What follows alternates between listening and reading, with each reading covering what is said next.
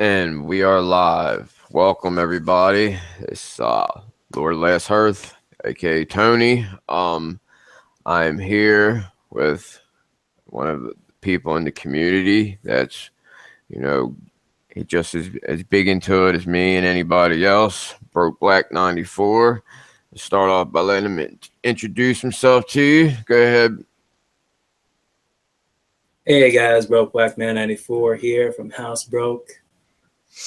The coins because we can't afford the dollar. Right. We're just having a little stream today. I mean, we got it. Me and him talked about it a couple of days ago. We were going to do it on Tuesday, but my daughter was a little sick, so I had to take care of that. But I guess it was kind of better that we didn't do it because the trailer came out. So now we Yeah, have actually a lot to talk about. So yeah. that's Hope your daughter well, Tony. yeah. It's all good, man. It's just the normal back and forth weather crap. One day it's 90 degrees, and then the next day it's 50. Don't know what it wants to do here in Delaware. Weather's crazy. But yeah, we're just gonna little just loosely based stream here. We're gonna talk about this trailer. Everybody's pretty hyped up about it. I know I am. I was, I I thought, like, I was just talking to Broke Black, and I was saying how it to me it was kind of more of a telling trailer than I thought that they would put out for the first one. I mean, it does leave a lot of stuff that's, what I mean, unspoken for, like going with like Euron, and we didn't see nothing with him.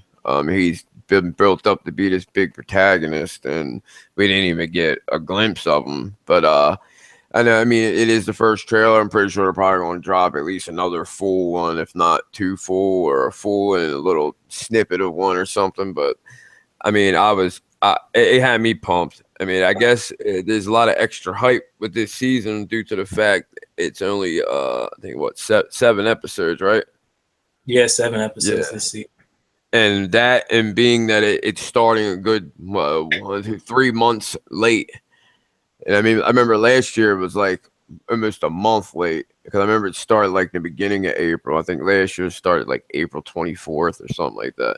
But like a whole 3 months. This season would be over with pretty much by the time. If yeah, it would have been over with by the time this one starts. If this was last year or any other season.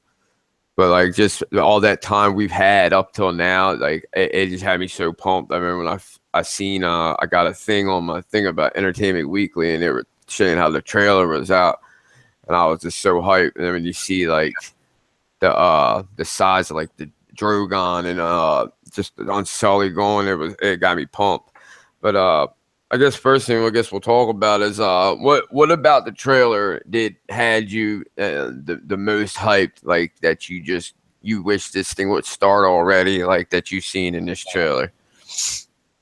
For me, it had to be, of course, the Cersei monologue, her plotting, because we already know that as queen or just simply the ruler right now of Seven Realms, like everyone's gonna be gunning for her right now. Already, she burned down like some of her enemies in the Sept, so now you have Dany coming over, and she was like talking to Jamie from the beginning, like, yeah, we got enemies from the north, south, east, west. Like, we gotta start preparing. Right, yeah, that's what I said. I looked at where's that? There was that one scene where like Cersei and Jamie standing like next to Cersei. He's got the Lannister gear on, and she's like gripping the like arm of the throne, and she just looks pissed. But they don't show you what she's looking at, and I think it might be the same picture that they showed in that promo pics that came out a couple whatever, it was like a week before. And I'm just wondering, like, I've been talking to a lot of people, like what we were speculating, like what we think it is. What do you think is making her like perturbed, that look on her face, and who do you think, she must be holding court with somebody, and it had to be somebody that, I would think would be of, what I mean, a lord or nobleman, because like it's in the throne room, it's real formal. She's got the headpiece on and her new get up. Well, who do you think it is that they're having court with? I don't know specifically who she's having court with, but it's obvious that she's probably hearing the news that Danny is finally here in Westeros. So, like, it's been like, how long have we been waiting for this? Long wait, like 7 years or so, that Danny's finally here. So it's like, I'm guessing she probably finally heard out about it, and now she's pissed. Especially since if they're talking about fucking dragons and Unsullied and Dothraki.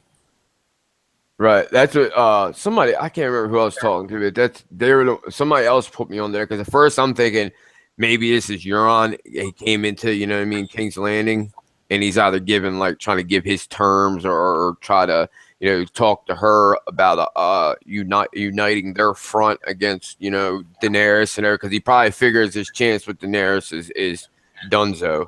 You know what I mean? Theon and Yara, Asha, whatever you want to call her, they already got to her. So unless he still thinks he has a chance, you know what I mean, at getting to you know, partner up with Danny, I'm thinking maybe he's thinking he might as well take what he's got and try to partner up with Cersei. But yeah, like you said, I think it's probably she's getting the news about Daenerys. Like I didn't even think about that at first, but like I can't remember who I was talking to, but that seems like the most logical thing. Because you see, she looks like she's angry, like she's pissed. Like, what are we gonna do now? Like, you know what I mean? And like, but my biggest thing I was hyped about was I wanted to see for so long like the Dothraki in like open ground battle, like with all them Dothraki screamers coming in. And they showed that part in the trailer where the cat jumps up onto the saddle and he like does like a boost off the saddle and jumps into the men. And I was like, dude, that had me pumped, man. I was like, because you always hear about like the books and the shit, like how good these Dothraki screamers are in open battle and on their horses. But that had me the most pumped. Did you like that scene? Exactly. Like, I'm also very hyped about it. Finally, get to see the Dothraki actually battling, because it's like since season 1, we've heard about, okay, you know, Viserys, you know, he's marrying his sister off to Drogon here. He has this fucking army here. So will they make damage? Or when they actually are on the sea, are the Dothraki is going to be sick to their stomach that by the time they even touch down, you know, Cersei could be with her Lannister people, soldiers, could actually defeat them. But just seeing that scene alone, looks like they were getting ready to actually kill some people. Yeah, I was in yeah, like you said, you always hear about how good they are. I mean, like we've waited so long that you never see them do anything. Like in the show, all you seen them doing was when Drogo married Daenerys, how you see them having their little like one-on-one like tiffs with each other, and then Drogo getting in the fight with the one dude, and when the one cat cuts him and he like leans into it, it ends up being the cut that kills him. And it's like that's all you ever see. You know what I mean? You never seen them, like you said, in like the open battle. So I am psyched for that. Another one I was real psyched to see was the what's it called, the Unsullied. When we seen that one part where I guess they're in Castle Rock, it was really cool. I thought like they're another one I want to see, like because they're supposed to be, you know, like really uniform like units, you know. And I don't want I'm thinking maybe they'd be better in the open field than like you see them in the trailer. They're like, looks like they're running through Castle Rock, like picking cats off and stuff. But supposedly they're really disciplined, so I wanted to really see that too. But I guess, you know, we'll see if that happens. The one picture I seen with the in the promo where it shows how big Drogon's got, and you kind of zoom in, it looks like the Tarly. There's some Tarly soldiers under there. But like I think I'm waiting to see that too, just see like Drogon swoop in and just start roasting cats. And one Back to other when you Sully, sorry, but when we first see them Sully, they look like a dominating force. They've been trained since the moment they were like taken from their moms. So I was really hyped up about this Unsullied army. But then when we saw, you know, the Harpies come out of nowhere and like kill like a few of them, I was like becoming a little bit skeptical. So I'm actually glad that we actually see some clips of them in the trailer, them dominating as it appeared to be. right. I remember in the book they told about how like when it's like one-on-one or when intriguing and stuff like that. That's why like the Harpies kind of took the upper hand on them, like killing them one by one through the city. because they're like meant to be shoulder to shoulder, almost like reminds you of like the Roman like legionnaires and stuff. How everything's like a well-oiled machine, like many parts all moving as one. That's how I look at them. So it'd be cool to see them in that aspect. And I guess what I wanted to talk about too. I think the most intriguing part of the trailer, which I think a lot of people want to see how it's going to end up, because I think a lot of people would be, thinking that Littlefinger, this is going to be his last season. What about you? Think that's gonna happen, or you think he's gonna make it through this season? So far, well, since I saw John like push him up against the wall, and then we still see glimpses of Arya. Like it appears, I don't know if she's just on her road to Winterfell or touchdowns on Winterfell. It depends, because if the last episode is Arya touching down on Winterfell, then I'm guessing that we're gonna have another season of Littlefinger, because the only way that I can possibly see Littlefinger dying is if Arya comes out of nowhere, sees her sister and John again, and then the moment she sees Littlefinger, she's gonna like say, "Guys, don't trust him," because back I believe it was in season 2 or 3, where Arya was in the quarters with Tywin, and then she saw Littlefinger there. Right. So Yeah. if she doesn't like meet up with Sansa and John and doesn't like see Littlefinger, yeah, he's probably gonna survive until another season. Yeah, I was surprised the part they showed with him and John. I guess it looked like down in the crypts, because you see if I like paused it where he grabs him, and right behind, or I think it's right before he grabs, right behind you see Lyanna's statue. And then before, I don't know if this part's before or what, but they showed it before. It looks like Littlefinger's like sneaking down there. It looks like the little corridor of the crypt. Either maybe John's down there trying to, get some inspiration from the dead Stark lords or whatever. It looks like he's down there sneaking. I could see Littlefinger and his plotting and intriguing, trying to maybe, because I think he knows the whole deal, with maybe not the whole deal, but knows enough of the deal when it comes to John's real parentage. It's like in that scene where you see Sansa down there paying respects to Lyanna, and she tells how Rhaegar, kidnapped her and raped her, and the look he gives her, like, you don't even know that, you know what I mean? You don't know exactly. nothing. Littlefinger is like smart enough to actually know Right. that, yeah, who were kicking it back in the day. I wouldn't even be surprised if he actually manipulated the scenes to actually get them together to even cause the whole war to begin. Right. Yeah. Rebellion. Just like on another level, like Varys pretty much on the same level, if not more, when it comes to the intrigue part of this and finding out what's going on. I can't see how one or the other didn't know at least something. You know what I mean? Like you even just by the show, I'm not even considering the books in this aspect, but just by the show, you see in that scene that Bran flashes back to, they ain't the only ones in the room. You know what I mean? There's wet nurses or what are they called? The people that help women give birth. They got a name for them. I can't remember what it's called. Anyways, there's two girls in there that they're helping give birth to baby John or whatever. And like, how do you know they ain't said nothing? You know what I mean? You got Howland Reed. I think Howland Reed be the most trustful one out of all of them. I think that might be a lot of a reason why he's kind of staying at everything.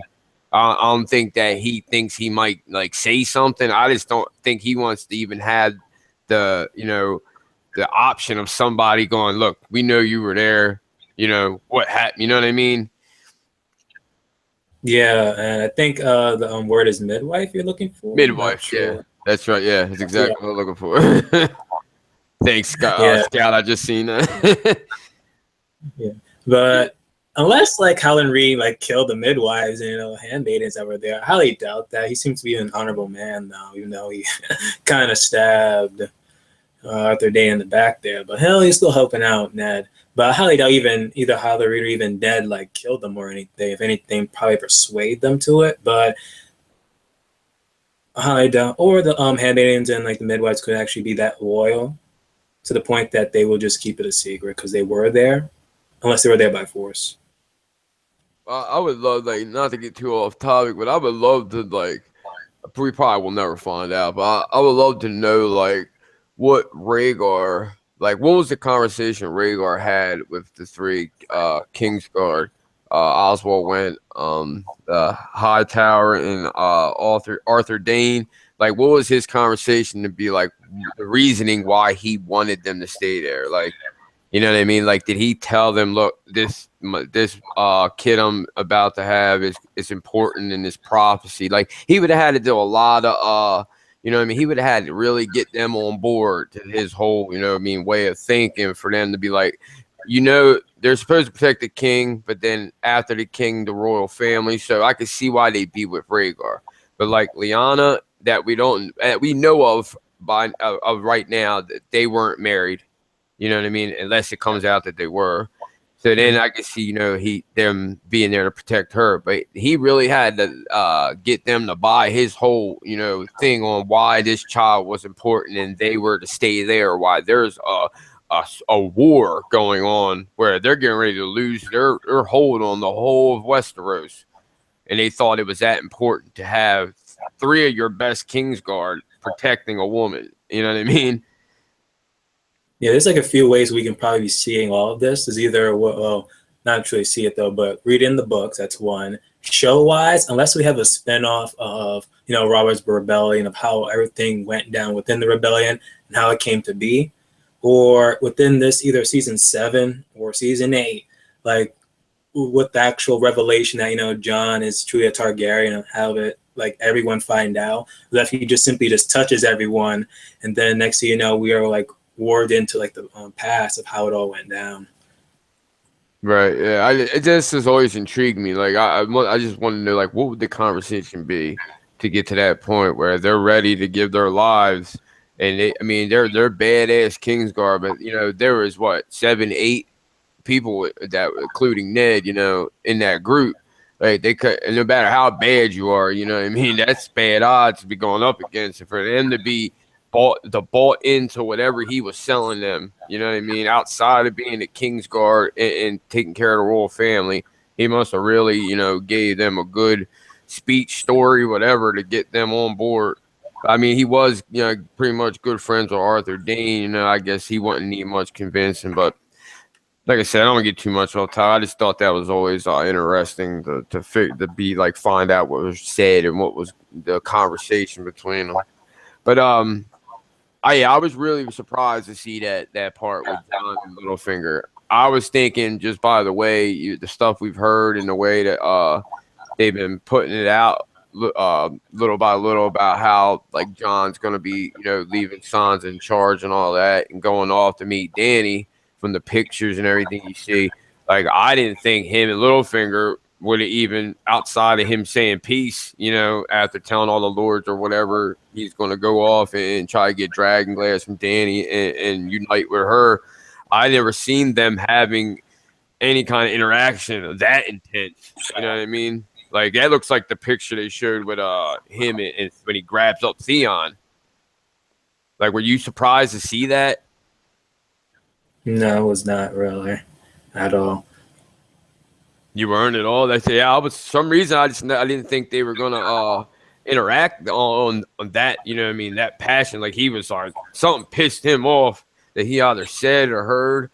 Like, I always like wanted it to happen to where like the Hound or somebody that was in King's Landing when Ned was betrayed, that's going up north now to help them with their White Walker situation. Like, seeing Littlefinger there and then saying to Jon or Sansa, look, he's the whole reason your dad's dead. You know what I mean? He set him up in the throne room that led to the part of Joffrey having Sir Ilyn take his head off. Like, I think if Jon was told that, he'd straight snap out. Yeah, if anything, when if we actually get a meeting between Jon and Dany, which people are still gonna be shipping for Dany and Jon for this season, which I'm not behind it. But if Varys is there, he's gonna be there and be like, yeah, don't trust Littlefinger at all. He was there plotting and scheming behind everything and made sure that your pops, or, you know, well, we thought it was pops though, but Ned's death. Yeah, I never even thought of that part either. Look at him going down to Danny and what you call it, seeing you know what I mean Varys being there, and if it comes up, you know, Littlefinger brought the veil up there, you know, because it's gonna be they'd have to talk about it amongst each other, like, oh, how did you take out the ball? Oh well, you know, Sansa had talked to Peter Baelish and got the Lords of the Vale. And I think that'd be the first thing out of Varys and Tyrion's mouth. Look, you need to not trust him. I mean, Varys can be a little shifty too, but like Littlefinger is all about Littlefinger. Like at least Varys gives you some kind of, you know what I mean, air about him that like he really does, you know, want the best for the realm. You know what I mean? Because he don't come from nobility. You know what I mean? If you see all the stuff like he went through to get to where he was, you know, he went through some shit. So it's like I could see with him actually wanting something better for Westeros. You know, even if part of it is I don't believe it, but he's some kind of secret Blackfire Targaryen, whatever. Everybody's a secret Targaryen by now. So I you know just what I mean? that which one called Varys is like a secret Targaryen this whole time. Right. Yeah. It's like every time I hear there's a new problem, man, I heard this theory, they're gonna be a Targaryen, man. Might as well just say everybody's part Targaryen. Get it out. Exactly. Get it over with. But yeah, man, how do you think it's gonna go down with John and Dan? Do you think you know what I mean, Danny's gonna receive John, you know, outside of them not knowing that they have any relation to each other? How do you think she's gonna take John coming there and asking for her help with her dragons and the dragon glass? Well, it's obvious that John's going to be gunning for Danny to make an alliance. But will Danny like believe in the White Walker stuff? I hope she does. After all, she got freaking 3 dragons behind her and seen enough crazy shit to be like, you know what? Maybe they're all White Walkers. So hopefully, you know, when Tyrion, you know, was in, we call it the Wall, you know, maybe he might say, hey, they believe in this stuff. So it could be possible that we can just believe in John and just, hey, the White Walkers are real, or that Tyrion could be like, well, even though we don't believe in the White Walkers, let's just join up with John so we can actually get support so that when you go to King's Landing, it can be much easier for you so you can win the people over. But if you can't win the people over and Cersei gets her damn army on you, we still got John, who was alive with freaking Littlefinger at the time. We don't know how long that's going to go, but got the Vale. We still got some, you know, wildlings there. So again, it's more army for Danny. But Right. I just pray that they don't ship them. That moment she finds out that John's a Targaryen doesn't make her say, okay, we might as well just have sex and like be done with it. Right. Yeah, like I don't know how you know, even if they do end up I guess uniting or however you want to put it, uh I don't know, you know, how, I mean, how great I think, like you said, with Danny's probably just trying to, you know, get it as much on her side as possible before she actually has to start, you know what I mean, wrecking shop and going on the war, because there's just one less place you got to worry about. And it kind of intrigues me with the whole when Yara and Theon, when they come to meet with Danny, and how she says, well, they want the Iron Islands to be independent.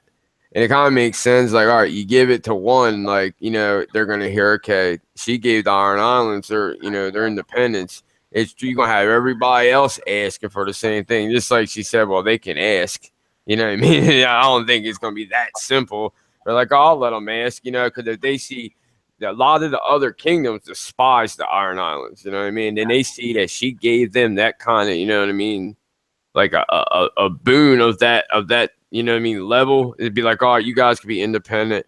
I'm not going to count you towards, you know, my kingdom of Westeros and everything. You know, everybody, the North, that's all they ever want is independence or a whole different religion. Yeah, I could see a lot of the lords telling John, you know, if they found that out, look, you need to go tell her we want our, you know, own independence too, and we'll help her or whatever.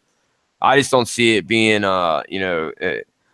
all peaches and cream from the start. I think it's gonna have to work up to a understanding of some sort. Yeah, I hope Danny like talks to Terry and Varys and whoever going to be her counsel when she becomes queen. Well, if she becomes queen, because if she promises one people this and the next that, like, it's okay they can say that, you know, to people in the Iron Islands, you know, don't pillage and rape and whatnot, especially with the Dothraki as well. But it's going to be a while until, like, it's their culture and it's their way of life, to the point they're going to be like, you know what, we want to go back to the way we are. So hopefully if she becomes queen, she can deal with that. Right, that brings up a couple good points, because when you said like that's their culture, that was the whole reason Balon revolted in the first place. He wanted to go back to the old way. So even if Yara Asha Greyjoy can, you know, be queen of our islands or whatever her title will be and be over top of them, she ain't gonna live forever. There's gonna be somebody else come in. She could die. You know, the way it looking on there with the pictures, though, she could be dead this season. And what's he gonna have? Theon? Like, they ain't gonna want Theon to rule them.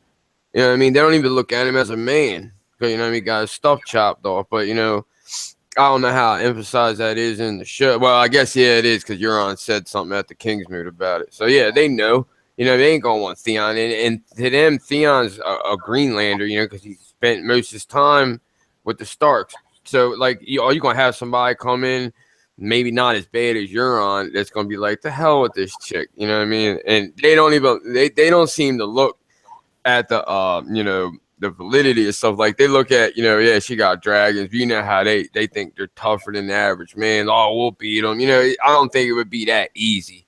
You know, just be like, oh, yeah, we won't read, like you said. And then the Dothraki, that's the other good point. How you going to bring like 100,000 Dothraki, however the number is, and just think they're going to just, you know, we ain't going to do what we've been doing for 8,000 years and rape and pillage? You know what I mean? Like, I couldn't see how that would benefit. I understand army wise, but if they going around winning these battles and then sacking cities and towns and stuff, they ain't gonna win her nobody to her side. Yeah, we kind of saw like a glimpse of how that could be, because remember when Danny was with Drogon back in like the season 1, where she was trying to like save those slaves from being raped and killed. And then there was a dispute between, you know, some of the Dothraki men, like, this is how we do it for so long, and now you're gonna come out of nowhere tell us what to do.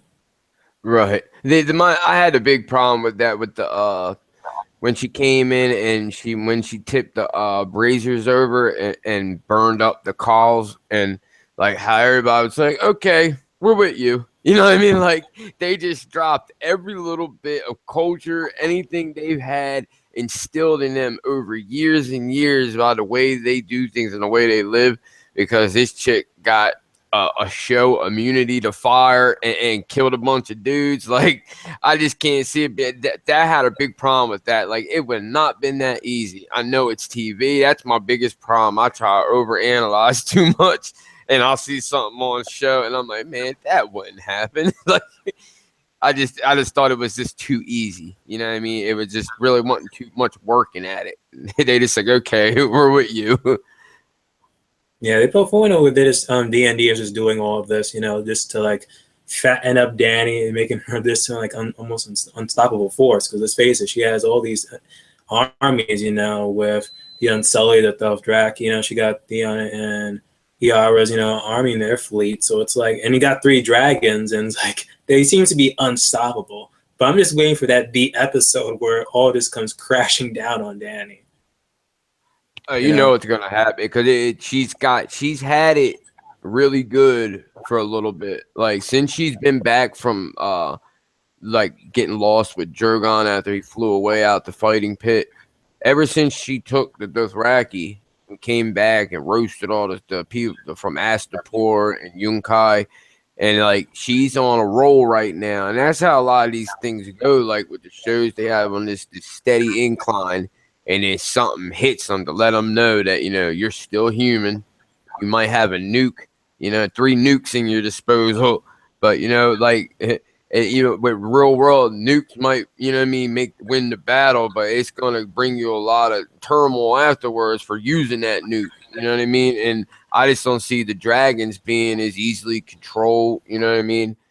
And it's just, I can see something happening with them, you know, burning up some people, like in the one season where they Drogon burned up the shepherd's little boy or girl, whatever it was, and he brought the bones to her. Like I could see a lot of that happening. Like, but like you said, D&D got heard as, like you said, she's on the unstoppable. And just when I see that, it makes me think that something's going to happen. She's going to hit a wall. It might not be, a long, or a tall wall. She's going to get over it, but she's going to have to hit a wall to let her know, look, it ain't going to be as easy as you think it's going to be. Yeah. Do you think that, we're going to have a dead dragon this season, or they're going to die off next season? I mean, I could see one of them. I think that one. See, everybody thinks because there's the three dragons that there's got to be her, Jon, and Tyrion, or her, Jon, and Bran, either riding / warging these dragons. I think that one of these dragons has to die because I just don't see her having this. Drogon's her dragon. I don't see her riding none of the other ones. So that I guess outside of riding, I think the Drogon's her dragon. I can see, just being D&D and wanting to give the fans what they want. I could see maybe like Rhaegal going to Jon or Jon riding him, and maybe not this season, but the next season or something, getting warmed up to him and ends up being like his dragon after he finds out he's, part Targaryen and all that. I could see what's his name? Viserion, right? Yeah. I could see him maybe dying. But I always thought, like, I was talking about this with a couple people yesterday about what did they think, how they would die if they did die. I can see maybe like Cersei either getting like Qyburn or something to engineer some kind of weapon. You know what I mean? Because he seems like the smart dude when it comes to that kind of stuff that she would probably go to. It'd be like, I need to find a way to kill these dragons. And like if you look at what was it, the Hobbit movie where the guy has like pretty much like a scorpion bolt. It's like you know what I mean? What I would see if anything would be something like that. I don't necessarily believe it's gonna get killed and brought back as like a White Walker dragon. I don't see that happening. I mean, what do you think? Do you think that's a possibility at all? That the Night King maybe takes one of them? I want that wall to come down by the end of this season, and when that wall comes down, we're gonna see like a white dragon right there, and then it's gonna be the Night King just mounting it, bringing it back to life. That's my wish. Hopefully, D&D can actually bring that wish to life, but that's how I see it. But do I see a dragon dying? Yes, by man. Maybe Night King might come and actually kill another dragon. Then it's gonna be Danny would just surviving just with one dragon at least before the season ends, or as the season ends. Now, when you're saying that when the wall comes down and the dragon, are you saying you want the dragon to actually like come from out the wall, or him bringing one of the dragons back to life as like a white? Yeah, I believe that I'm on those theories where everyone else are saying like there's probably either White Walkers are inside the wall, or there's actually a nice dragon in the damn wall. I'm guessing like the moment where when Bran crosses over, or something happens where the wall will begin to come crashing down, there's gonna be like this white dragon within the floor or within the rubble, and then that's how the Night King's gonna bring that back to life. Yeah, I can see like I don't know if necessarily gonna happen as soon as Bran goes through. I think it might be like the thing with Blood Raven's cave when he because he gets touched by the Night King, and then Night King comes and does this little touch on the ground thing. I think it's probably I don't necessarily believe it's gonna come all crumbling down. That's what I want to see. But I think it might be like a crevasse or something that goes through the middle of it or something. You know what I mean? And then all the spell part of the wall, like it's just all of a sudden just goes away. And they just lead the troops right through, and some of them can even. And them cats climbed up that cliff. I can't see why they wouldn't climb up the wall too. Very true. Also, you believe that the spell that's like keeping the walkers at bay is gonna be like dismantled. To come over. Yeah, I see your point. Yeah, I think it's gonna be more of the spell dissipating, and if not going well together, like going away enough to where they can pass through. Like he gonna come up like he did the cave, kind of like test it maybe, and then see that that the spell's broken, and then they go through, or maybe like it breaks it in half, like kind of like an earthquake kind of thing happens, and it just makes a crevice right down the middle.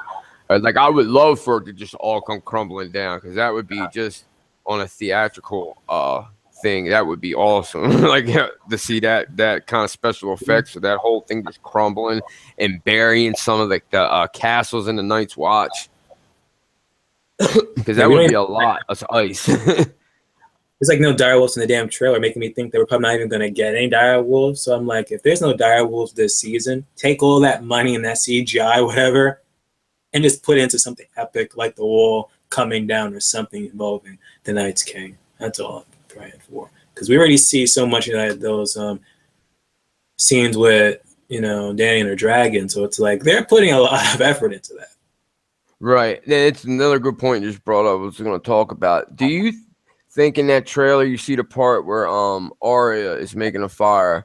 And I heard this. I was in Tony Teflon's stream yesterday, and they were all talking about how wondering if that's Arya's there, and it looks like she's either like hears something or she's like thinking something's coming.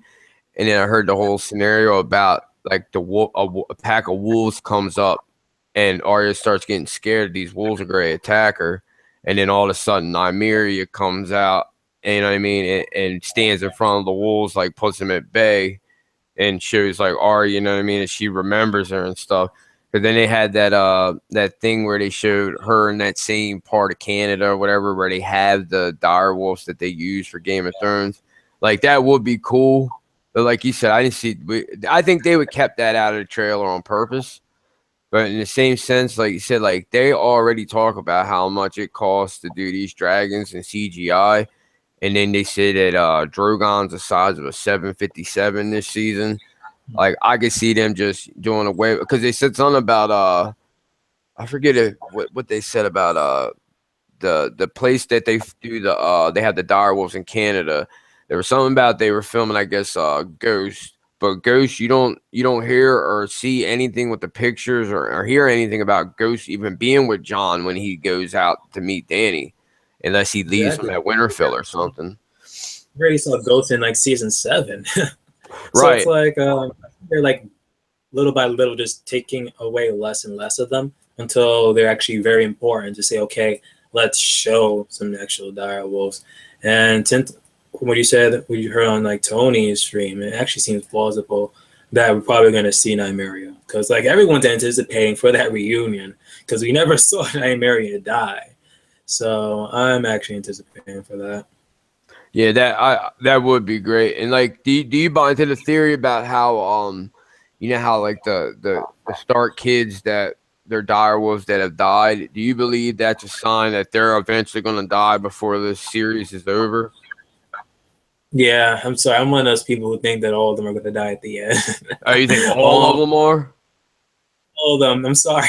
Arya is going to die in the show. Book-wise, I don't see Arya dying, of course, because, Jordan's wife, put an ultimatum on his head. So I don't see dying in the damn books. But show-wise, I can see after, like, Arya does her fucking kill list that, Jackar might come out of nowhere and actually just freaking kill her. Like, okay, your mission's done. Now I'm going to collect you. So I can see that possibly happening with Arya, and I can see Bran doing a last warging to like save the damn realm, and then he dies. If not, we're probably going to see the very last scene, probably just him talking to someone about the whole damn thing, and just like somehow training the next Blood Raven. I don't know, but till then I can see him possibly just being the only possible Stark, if not death, during this war between the Night's King, for dying of actual old age.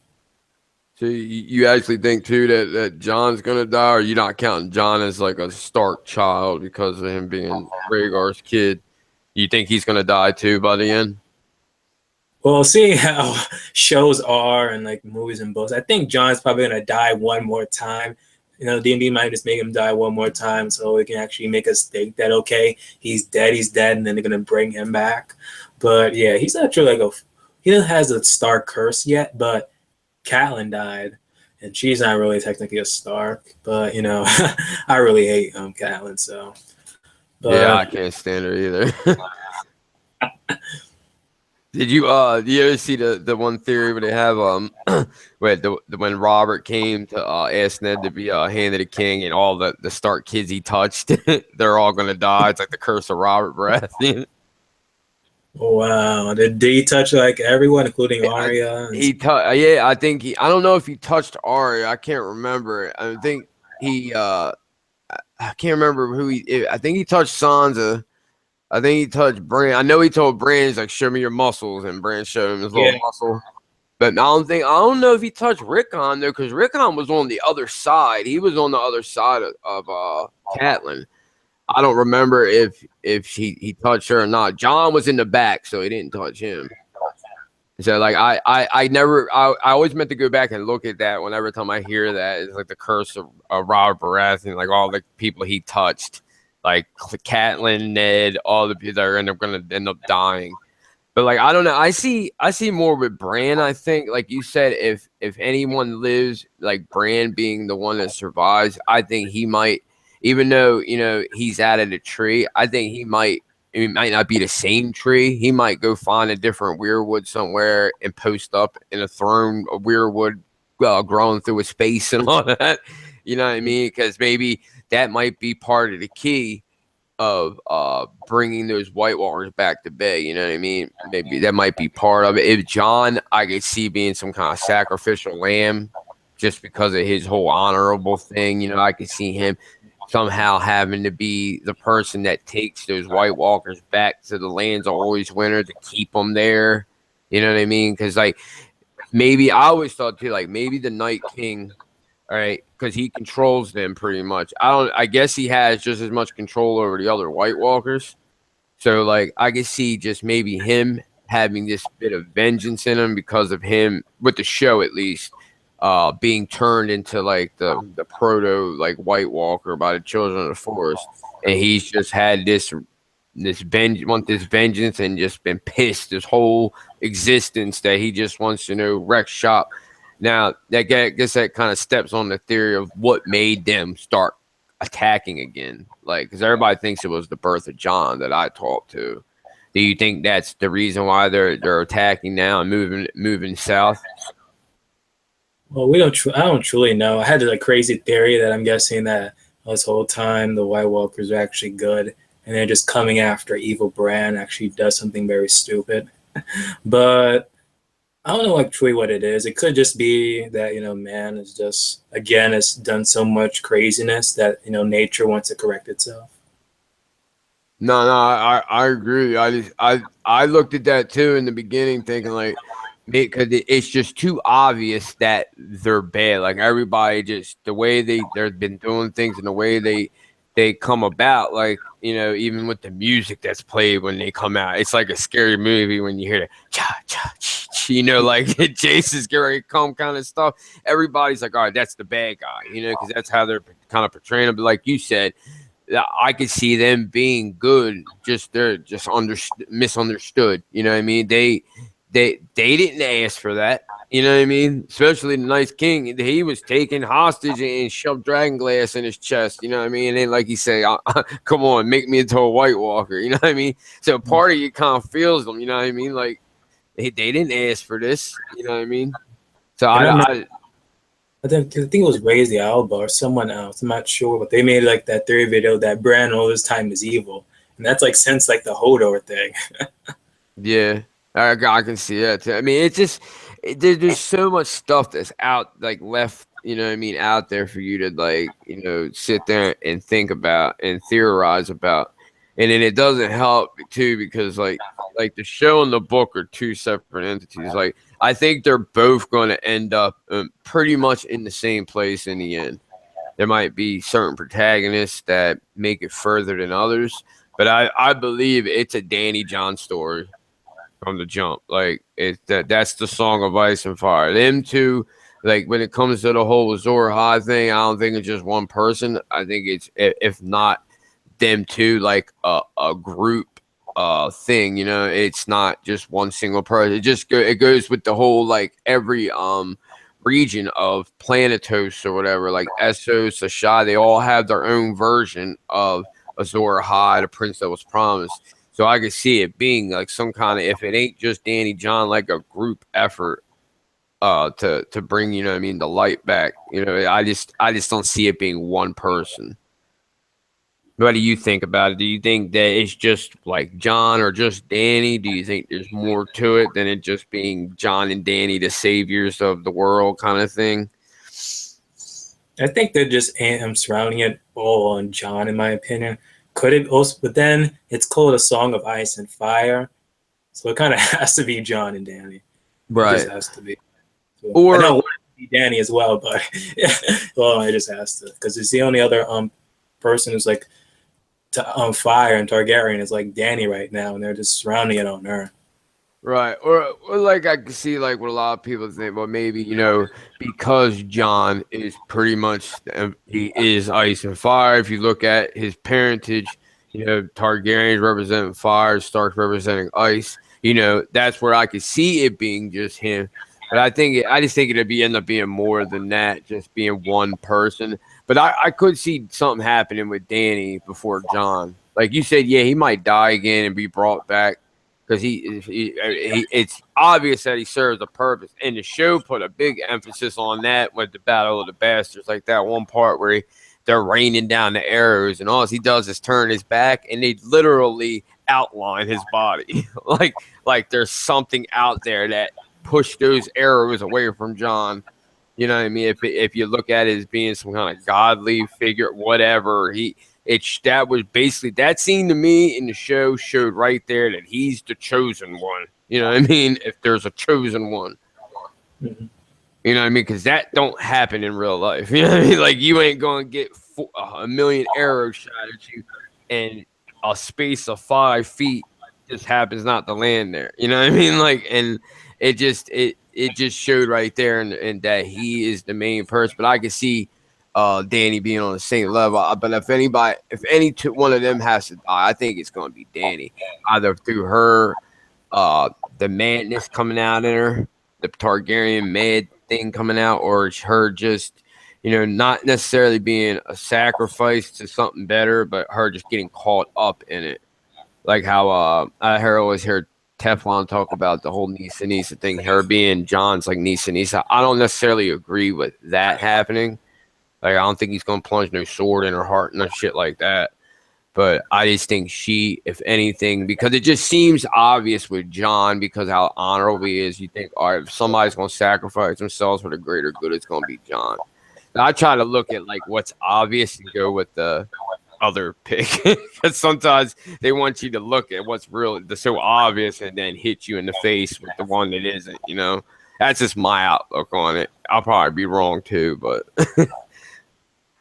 I don't know. But like I said, I guess like with this trailer, I mean, what was the one thing that you were the one thing that you were I guess I don't know if upset would be the word, but something that bothered you that you didn't see in that trailer, or wasn't at least giving you a glimpse of, you know, for the season 7?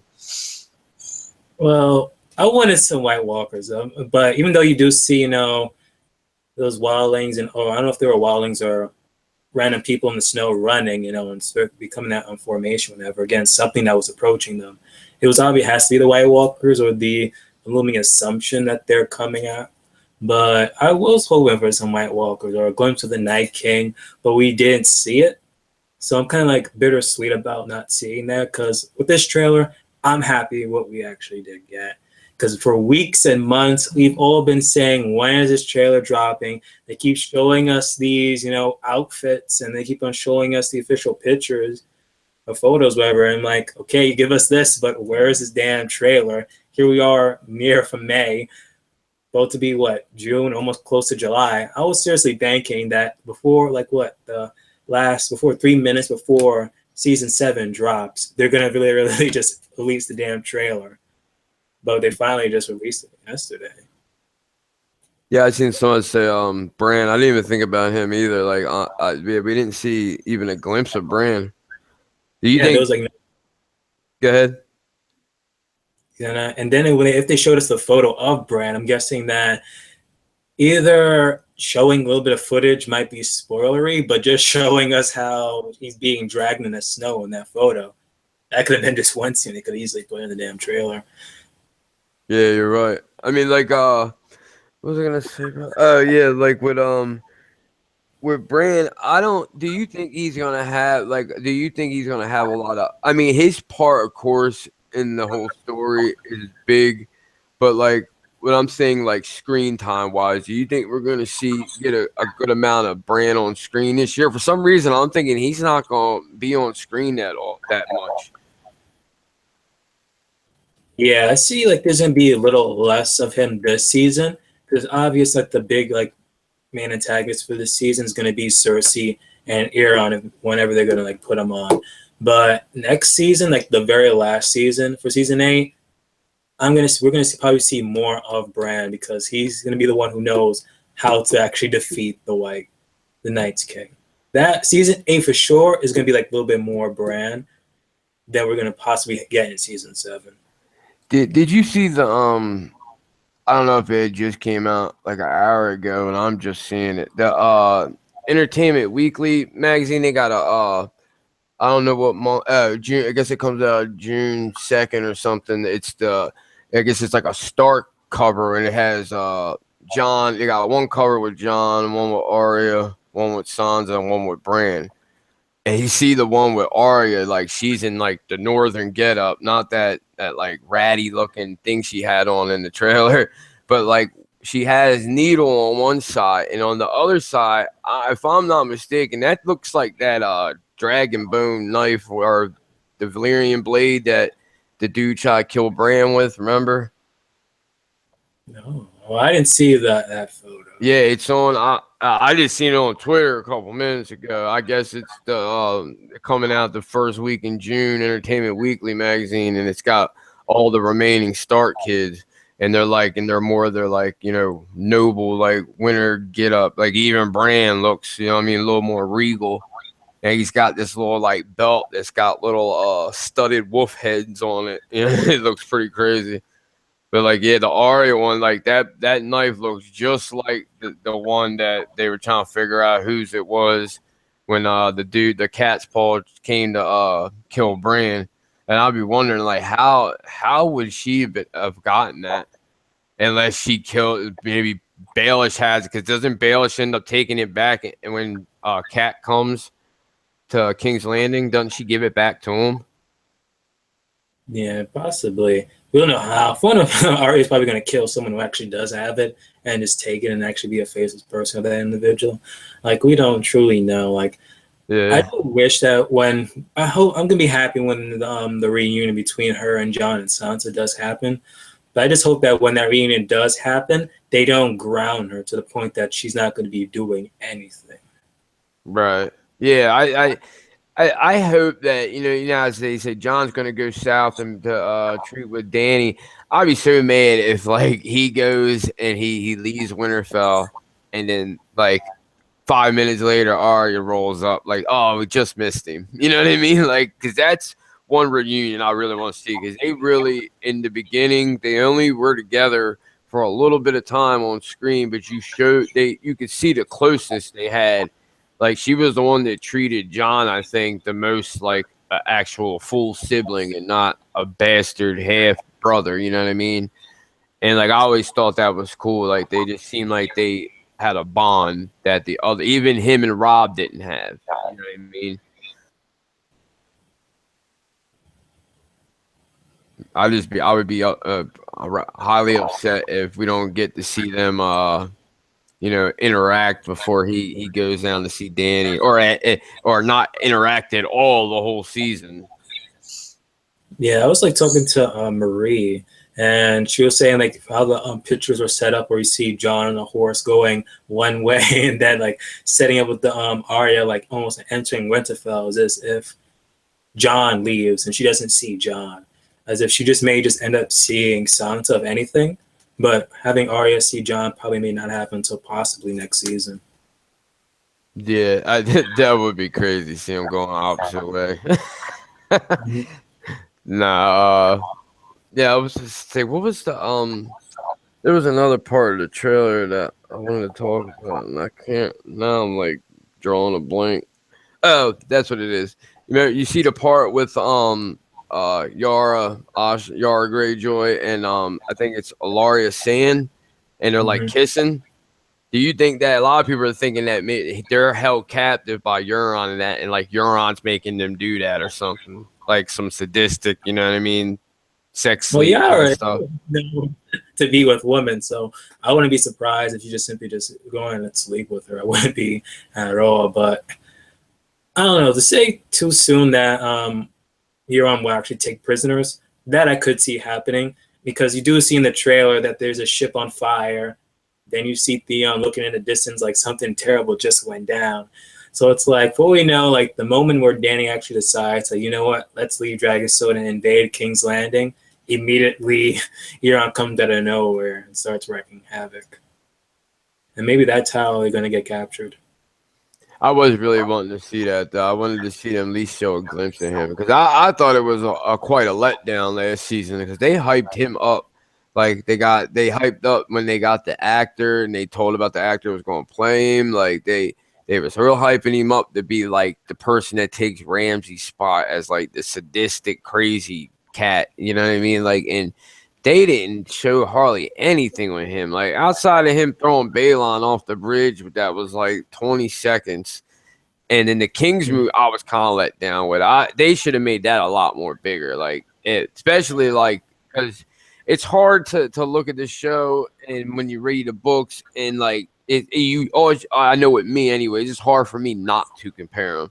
And like you see in the Kings movie how like it's a big event like that each person that makes their claim comes with like a chest with gems and treasures and like each person it amps it up more and more and then, like Euron comes and empties it out and he's got Valerian steel blades and all kind of gold and stuff like trying to buy their vote and like none of that happened. Like it was just basically Yara and Euron. There was no other houses in Iron Islands like in the book where they come forward. I mean, of course, you figure that it's going to be a Greyjoy.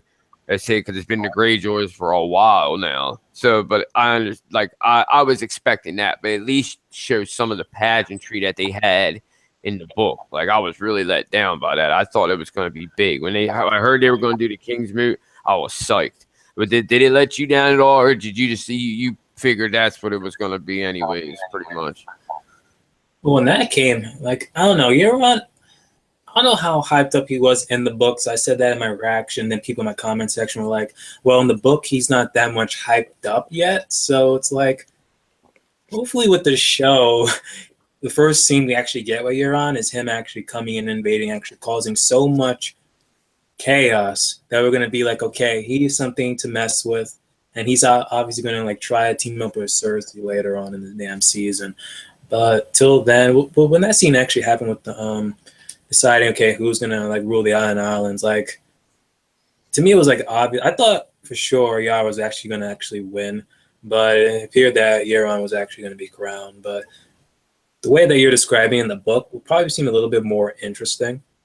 That they just try to like come up with certain stuff and trinkets, whatever, to try to buy. Because that's like seriously if how Euron, I'm guessing, well, that's how he won in the books, or it's a different way, or did they even like have a result yet in the books? Yeah, in the book, when he wins it, and spoiler for anybody that ain't read this, but he he does like they all come up. There's different houses outside of just the Greyjoy, like Victorion, Yara, well, Asha Greyjoy in the book, and Euron. But each one comes up and gives her a little speech, and then they all bring like none of like treasures, gems, kind of stuff like that to try to like show that because it's like reaving stuff. So they're basically making their claim that look, we're the baddest reavers, we should be rolling Iron Islands and like Euron because they say they make a point all the time that Euron doesn't care about money, doesn't care about treasures, nothing like that. that he like unloads chest and chest full of like crazy rare gems and like Valerian steel knives and blades, and like it was like 10 times more than any of the other people brought. And it was just showing, he basically showed, look, I don't care about none of this. Y'all can have all that. All I want to do is rule. Yeah, I want to rule Westeros. And the thing he makes a claim for, he don't want the Iron Islands. He wants all of Westeros. And they just like bought right into it. And it's like in the book, yeah, I'm more accepting of it in the book, him not doing much of anything yet, because the book is so much further behind than where the show is. But like when they released that Forsaken chapter from the Winds of Winter that he released, that the way they made him out to be, dude, like I'm scared for anybody got to go up against him, because that cat's crazy. Just that one chapter, man, like basically painting a picture of what Euron Greyjoy is. And that's why, like, I think it sucked even more after I read that chapter and then seeing how they did him in the show. I was like, man, they could have made him a lot more hyped up. Like, I think he's a bunny rabbit to Ramsay as of right now. Anyways, like you said, they might, you know what I mean, bring him out and he might be crazy as all hell and just wreck shop. But as of what they've shown right now, I was a little let down. Like you said, there's time they can, you know, put more emphasis on him this season, and we could see, you know, totally ramped up version of Euron. Yeah, like it has to be something epic in which Euron has to do to get us all of our attention. Period. Right. Because besides, you know, him, it's the other two big bads we have is, you know, the Night's King and Cersei. So they have to do something to at least bring up to someone's level there of threat. Right. So unless he's tag teaming up with Cersei to make him look like, okay, now he's a little bit potential threat. Okay. Right. All right, man. But we're at about the hour mark. I guess we'll get up out of here. Is there anything you wanted to say? Didn't you say you got a stream tonight at 7 or something? Before that, we gotta talk about the that one scene that I actually thought that was actually a Walker hand coming out of a door or a wall there. Oh yeah. That's I forgot all about that. Again, on everyone else's streams and stuff, I'm like, oh shoot, that looks like freaking Jordan Mormont, like, and his grayscale there. It looks pretty bad. That's what I thought. That's what I thought. I thought it was his arm, and it was showing like how bad the grayscale got. But what do you think? Why would then why you think he would be locked up like that? What do you think that would be? And if he's like searching for a cure, like wherever he last goes to, there's gonna be a point in time where they're gonna decide to kill him or simply lock him up. Like I don't even know where and who can actually, besides Melisandre, is like the only person I'm guessing who could possibly, you know, cure him. And I think that we see Melisandre in the damn trailer, and where she's going to Dragonstone, I think. Right. Who's looking at so fully now. Jormor can't find a cure. He's walking back or going to Dragonstone. He finds out that Dany's setting base there, and before we know, she can just easily just run up to him and like, before we know, cure him. Or wherever Melisandre's going, she just simply bumps into him, cures him, and then she just journey back with him to Dragonstone. Right. Can't go back to Winterfell. I mean, the way it's looking, everybody, a lot of people think that he's, you know what I mean, making his trek to Old Town. Because everybody, like, that's, like, you're only, like, one of a couple people that I've heard actually think that maybe Mel would be an option. Everybody swears it's going to be Sam. Sam's going to find something in a book that no other maester or person that's ever studied at Citadel is going to find that they couldn't find. And he's going to find it and help cure him. But if I like that, that's a good. I think that's a good option there with Mel maybe doing it because it seems like something's gonna happen. He's either gonna cure or maybe he just gives up hope that he's gonna cure and just gonna come help any way he can, pretty much, and basically face it that he's gonna die. But yeah, that was the first thing I thought when I seen that hand. it looked just like grayscale hand. Like it, and if that was his, it looked bad because remember it was only a little patch on his Yeah. forearm. That shit looked nasty, and it looked like his fingernails were growing out and everything. Like his hand just looked nasty, dude. Like he had been in that cell or something for a minute. Because that you got a point. Like if he was to come up somewhere, and people have this like thing against, like they look at grayscale like, oh, don't get near me. They send the people to that the sorrows or whatever out in old Valyria just to let them live out the rest of their lives. Like, and it's supposedly supposed to be contagious. And here, Jorah, he's running around touching stuff. Like he don't even try. Like the only person he was like, all right, stay back was Danny. So it's like I could see other people if they knew he had grayscale, either like you said, want to kill him or lock him up. Exactly. Who knows? Maybe if Danny touches him, she's probably not even gonna get like sick or anything. But that's like, I don't know, immune to fire. Now she's immune to grayscale. What's next? Yeah, so they might as well just make her epidemic and pandemic proof everything.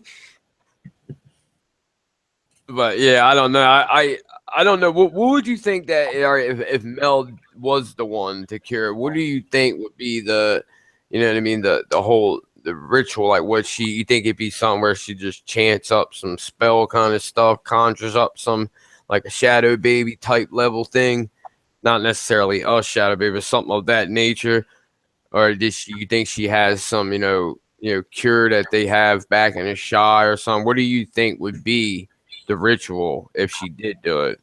In your opinion, anyway. Prayer or some type of sacrifice of an animal or something. Or for all we know, she can actually just give up and just like give, like draw her necklace, and for all we know, that glam or whatever it is can actually just cure him. I don't know. Yeah, that's a good. I never thought of that. He like puts it on and he's actually cured, but if he takes it back off, grayscale appears again. So it's like, yes. Yeah, or even maybe she looks in the flames and sees that he's to play a pivotal role in the War of the Dawn, and part of that is for her maybe to give up her like essence or life to cure him. Like she has to die, pretty much, something like that. Because I could see her being so gung ho for the Lord of Light that if that was what if there is a Lord of Light God, R'hllor, and he shows her a sign of, look, you need to sacrifice yourself because this man is going to play a pivotal part. Not saying he's Azor High, but he might have a big part to play in this end game, and she has to, finally give up her 400-year-old life. Kind of like like the Barrack Stoneheart kind of thing, where you give it the kiss of life kind of thing, and it basically takes her healthiness and gives it to him, and it takes away the grayscale. I mean, it's if there's a chance of anything when it comes with it, because look, they stopped Shireen Baratheons. I mean, they said that it's easier to try to stop the spread in children. But I mean, it shows that it's possible to at least stop it. I mean, if she didn't give nobody else grayscale. Yeah, for I know, Mel's gonna see in the flames, like you could theorize, and she might say, you know what, go to this guy named Sam. He's gonna help you out. For we know, Sam's gonna actually just come up with a damn cure. Yeah. After all, he's put this damn wizard or something. I don't know. But so far, I've figured it out. And Mel doesn't do anything, yeah, he's doomed. Right. But knowing Mel, she'll probably read the flames wrong like she usually does. And it'd be something totally different. She screw it up. No, I don't think that would happen. But, yeah, I don't know. Did you – I was talking in the stream last night, Tony. Like, they were all talking about how it's like, how did Mel get the Dragonstone? Like, he said, what made her go to Dragonstone? You know what I mean? Because you had the other Red Priestess that was in Marine that told Varys about how, like, she heard what the flame said to him when the guy threw his junk on the fire. And, like, some of the Red Priestess look at Danny as the princess as promised. And then, like, you got Mel after John coming back to life and doing all he's done. she thinks he's the prince that was promised. Like, do you think that she's gonna get something that either tells her that Danny is, or maybe she hears something like we was talking about earlier, that it's like a group effort between them?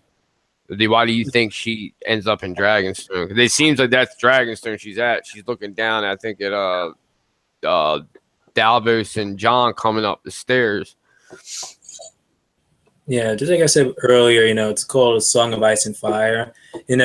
If Mel's with John and she sees him like come back from the life and doing all this stuff, surviving against like the Night's King so many times, his interaction with them, it's like he has to be the one that was promised. But then if she goes simply to freaking Danny and you're around her and you see what she's doing, surviving fire and having 3 dragons around her, you're gonna just assume that, okay, she has to be the one that's freaking promised. So it depends like who you're near. So I'm just guessing that could just either be either one. But since Mel is not going to be near John, the moment she finds out about Danny, she's immediately going to go over there and start proclaiming, okay, has to be the one that was promised. Right. But Mel does go there. I hope they believe her and like she tells them about, okay, John came back from the dead. He's been doing stuff here. I think you should like team up or reconsider what he's pitching to you guys. That can be something good. Yeah, I mean that's it. I guess anything's possible, especially with Mel. She done jumped ship a couple times already. So, but yeah, you got anything else you want to say before we bounce out of here? Let everybody, the cold people that are here, know what are you doing? What's your stream about tonight at 7? Oh yeah, I'm teaming up with Live and AK later on tonight. Hopefully they can stop by. If not, we probably reschedule it. But we're doing like American Gods live stream about the first 4 episodes. Yeah, I've been wanting to watch that. I've heard some good things. You like it so far? Yeah, it's like a good watch since we're still waiting until July with Game of Thrones. But it appears to be like this is based off of a book series, and even though it's like one book, and I believe they have a spinoff, but I don't know if they're even going to do spinoffs on the show wise, but they're going to be doing 3 seasons of just the first book. So it's kind of like made 3 movies, even though it's just one book. So like real quick, what's the rundown? Is it like a bunch of like demigods, or is it like actual gods that take like human form, or what is it the main outline of the story? Well, main outline, as you can see, even though it appears to be surrounded by this one human, but you can speculate that he could for be a demigod or actual god that he doesn't know he's a god. But it appears to be like they're gods, the old gods, and then like new gods, and they're like fighting each other. Apparently, it's gonna be some type of epic war, I'm guessing. Right. Yeah, I've heard a lot of cold people said they liked it. I haven't looked. It's on Stars, right? Yeah, it's on Stars. Yeah, I'm about to check that out. Yeah, but is that gonna be on your channel tonight? The one you're doing, if you do it. And you said at 7 o'clock. Eastern time. Right. Yeah, if you ain't got nothing else, man, I think we'll get out of here. I appreciate you doing this with me. I just wanted to talk about the trailer. I guess it was good we didn't do it Tuesday, because now we had something to talk about. Yeah, then we just been like uploading the damn pictures that were leaked, and then start like analyzing everything like Sherlock Holmes. Right. Yeah, man. Like I said, I want to thank you, man, for coming out. Thank everybody that came out and joined us. I appreciate it, man.